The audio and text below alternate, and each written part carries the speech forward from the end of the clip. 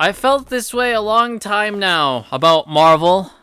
I feel like that they have way too many symbiotes going around, and I feel like that has damaged the whole perception and idea of Venom himself.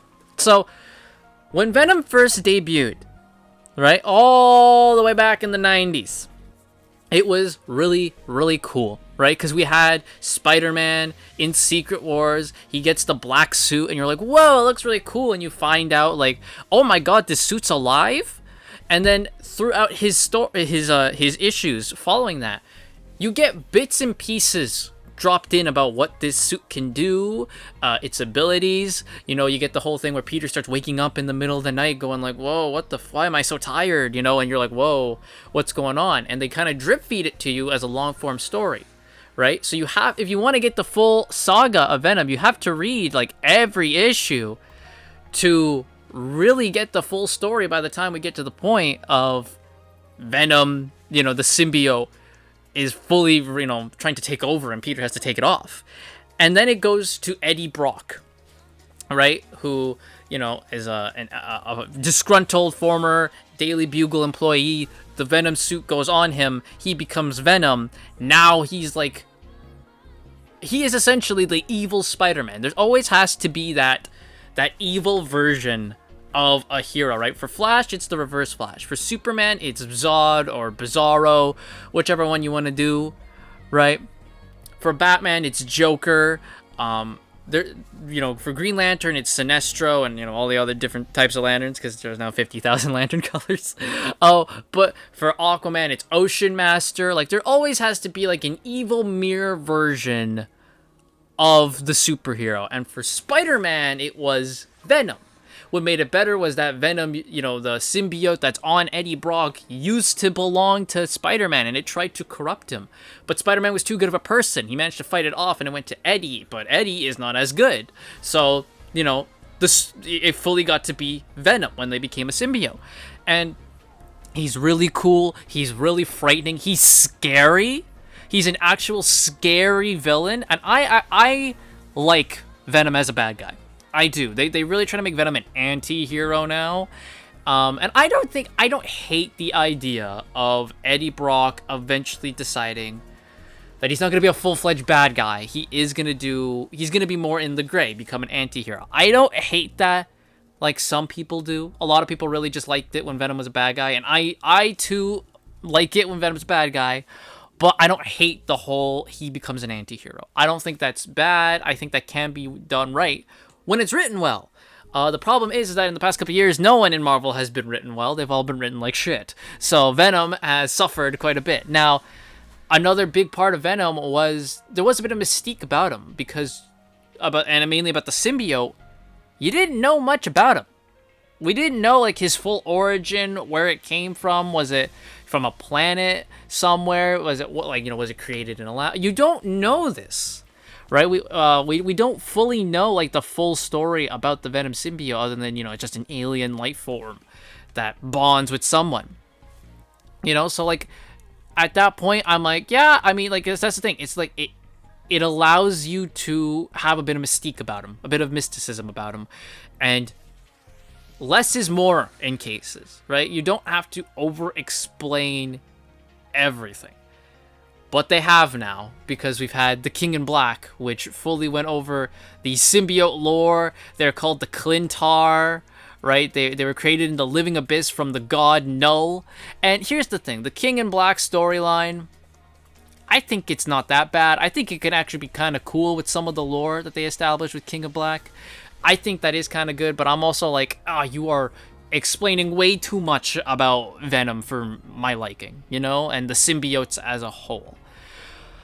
It does also at times come across to me as like, we're really trying to go 90s edge with some of this shit. Like, we're really trying to go fucking edgy about this shit, right?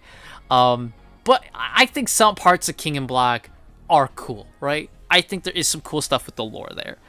The problem now arises from more modern iterations of Venom is he's like, how many people have worn this fucking suit? How many people has Venom bonded with, right? You have Spider-Man, which is fine, and you have Eddie Brock, that's fine. That's really where it should have ended. But no, we've had multiple different ones. We've had Scorpions worn the symbiote. We've had Angelo Fortunato has worn the symbiote suit. We've had a couple of She-Venoms, right? Now, I'm fine with, like, you know, alternate reality, you know, stories. Or, you know, ones where it's just like, for this cool event, Captain America will wear the suit for, like, 2 panels and we're done. You know, stuff like that. I'm like, that's fine. That's just for, like, a little cool factor, whatever. It's not permanent. It's there for, like, this one story and we're done. But, like that's fine with me. Like, Captain America, Wolverine. They had fucking Galactus wear the symbiote at one point. I'm like, alright, man. Jeez, okay. But, like, people like, Doc Ock doesn't need the symbiote. Right? Thunderbolt Ross doesn't need the symbiote. Like, what are we doing? And then, like, you know, Mary Jane Watson is fucking Venom right now, right? Like, think about that. Mary Jane Watson, the woman who was scared shitless of this guy because he freaked her the fuck out, right? And then when Peter teamed up with him for Maximum Carnage, she's like, how can you work with this guy after everything he's done? She's bonded with the suit and his Venom. What the fuck is going on?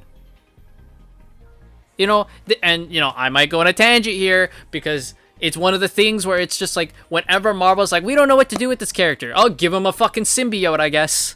That'll do something. Just throw a fucking symbiote at him.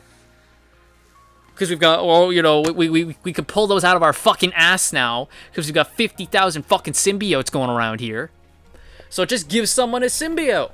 Oh, sales are down? The villain has a symbiote. Sales are down? The hero now has a symbiote. We don't know what we're doing with this person. Give him a symbiote. It's fine. It's fucking awful.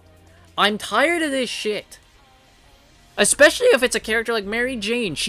Mary Jane Watson should never be a superhero. She doesn't need to be a superhero. She doesn't need to be Venom. She doesn't need to be Jackpot. She is fine being a supporting character, a love interest. There is nothing wrong with a character being a love interest or a supporting side character. There is nothing wrong with that. Every character has a role in the story. Some of them are the main heroes. Some of them are the main bad guys. Some of them are the side bad guys. Some of them are the side supporting characters for the hero. Like a love interest, a girlfriend, a wife. It's fine for a character to be that. And that was Mary Jane's role for fucking decades, and she fit it perfectly. But now, oh no, we can't have a woman just be a side character. She's gotta be her own hero. Go fuck yourself. Moving on from what I was talking from the Mary Jane tangent to like all the other symbiotes, Carnage. Let's talk about Carnage. I think Carnage was the perfect evolution, right? You're like, oh, Venom can have children, like symbiotes can have their own like children, and the children's gonna be stronger than them. And the Carnage symbiote bonded with Cletus Cassidy, this fucking insane serial killer, right? And he's somehow worse than Venom. He's more crazier and dangerous than Venom is. Like, that's a great idea. I remember as a kid, Venom did freak me out as a kid. Then I found out about Carnage. And I remember one day, I was like, I want to know everything about this guy. And I told my father, I'm like, I need to find all the Carnage comic books. And he picked me up from school one day. And I was in the back seat. And he's like, look under the covers. And under the covers was 2 things. One was a printed screenshot of him showing me that he bought the issues that had Carnage in them, and the other one was a printed document from like the Marvel Wiki of Carnage's history. And I was like, oh my god, I love you. So I then spent the whole car ride home reading that fucking document about Carnage. And it had like all Cletus Cassidy's history. It had the history about Carnage, you know, being made from Venom and then bonding with Cletus, like all that. And I was like, I loved this, right? And then you had the Amazing Spider-Man 2 video game, which had Carnage as the bad guy. Really fucking cool. Like, they really made him like a creepy fucking villain. Like, he is Carnage, if done right, is a fucking horror villain, and I love it. I love it. Carnage is one of my favorite Marvel characters because of how batshit crazy and insane he can be and how brutal you can make it. Right? Like, he's someone even Venom can go, he's going too far, we have to stop him.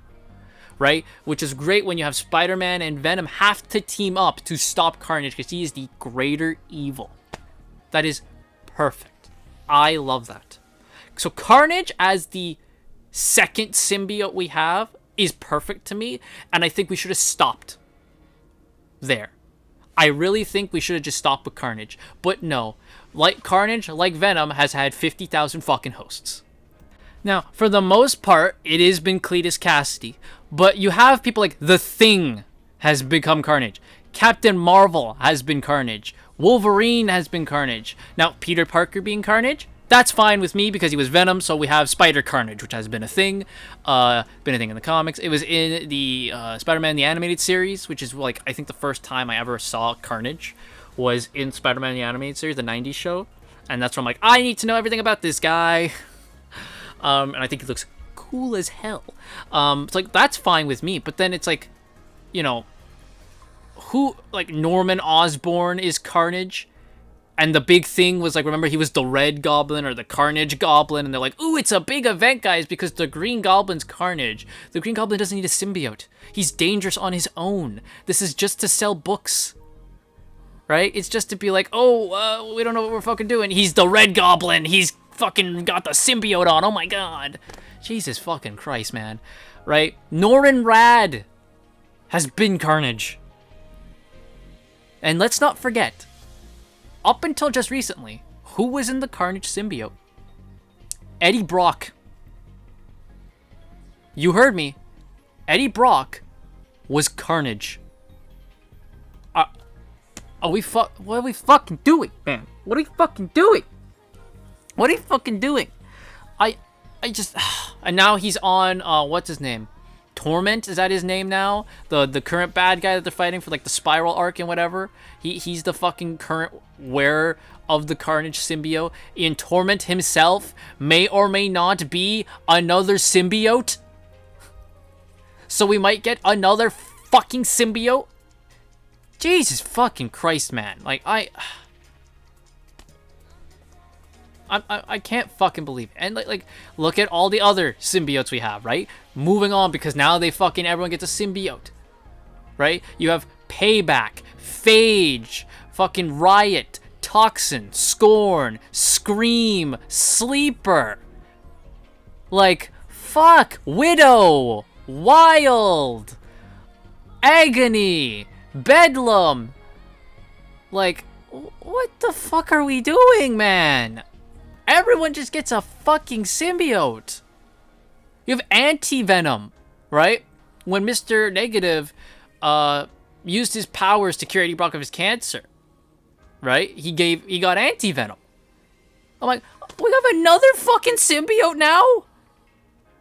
What's the difference between him and Venom? This one's white and black. The other one's black and white. Oh, okay. What the fuck? Like, God, like, and like, oh, another host of Venom was Agent Venom, Flash Thompson. After Flash goes to war, he comes back and he's fucking, like, paralyzed from the waist down. They're like, oh, well, what do we do with Flash now? Give him a symbiote?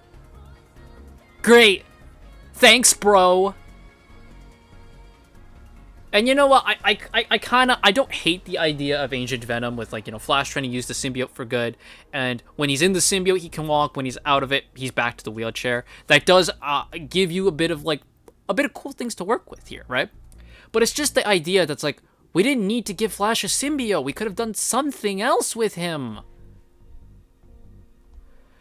Well, I'm going to end it here. This has just been my ramble rant on the fact that there's too many symbiotes going around in Marvel Comics right now. We need to get rid of them. I think the best thing we could ever possibly do is to get rid of all these symbiotes. Have one last symbiote event, right? One last symbiote event. And here's the thing. I know why they do this. I know why they have all the symbiotes. It's because for toys. Look at all the Funko Pops they make of Venomized version of characters. right? I get it. I get it from the business sense. It's kind of cool, right, to see all the Venomized people. But it's enough. Enough is a fuck enough, man. I'm tired of this shit. Enough is enough. I'm tired of all these symbiotes. So the best thing you can do, finish your little fucking spiral event where you'll naturally reveal that Torment's another fucking symbiote, right? He even has the fucking spiral on his face, right? To prove he's a fucking symbiote. Have your little Torment, right? Do one last symbiote event where you kill them all. They're all fucking gone. 2 remain. Venom and Carnage. Fucking gone. Venom goes back to Eddie. Carnage goes back to Cletus. And you can make up some bullshit excuse that, oh, they're bonded for life now. Because they were so weak from this event, the symbiote now has to stay with them forever. So now Eddie will forever be Venom. And Cletus will forever be Carnage. And that's it. We're done. No more of this shit. But you let me know what you think about symbiotes in the comments down below. I will talk to you guys all next time. See ya.